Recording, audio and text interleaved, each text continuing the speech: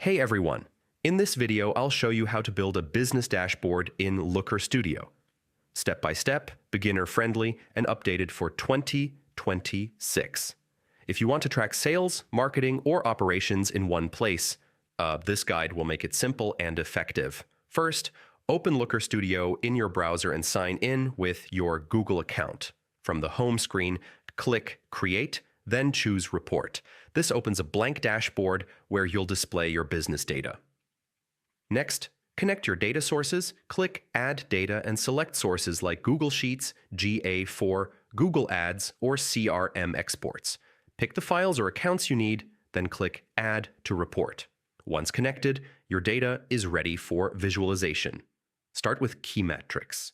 Add scorecards for total revenue, orders, leads, or conversions. These highlight the most important business numbers at a glance, so yeah, they should be at the top of your dashboard. Now add charts for deeper insights. Use line charts for trends over time, bar charts to compare products or channels, and tables for detailed breakdowns. Looker Studio automatically fills in fields, making it easy to see patterns and anomalies. Make your dashboard interactive. Add a date range control and filter controls for regions, products, or campaigns. This lets viewers explore the data without editing the report itself. Next, organize the layout. Align charts, resize elements, and add text labels for titles and sections.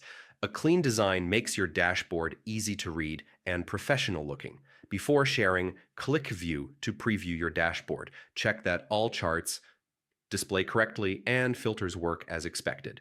Finally, click Share to give access to your team, managers, or clients. Since it's web-based, anyone with permission can access it anytime. And that's how to build a business dashboard in Looker Studio in 2026, clear, actionable, and professional. If this guide helped you, don't forget to like the video, share it with your team, and subscribe for more step-by-step Looker Studio tutorials. Thanks for watching, and see you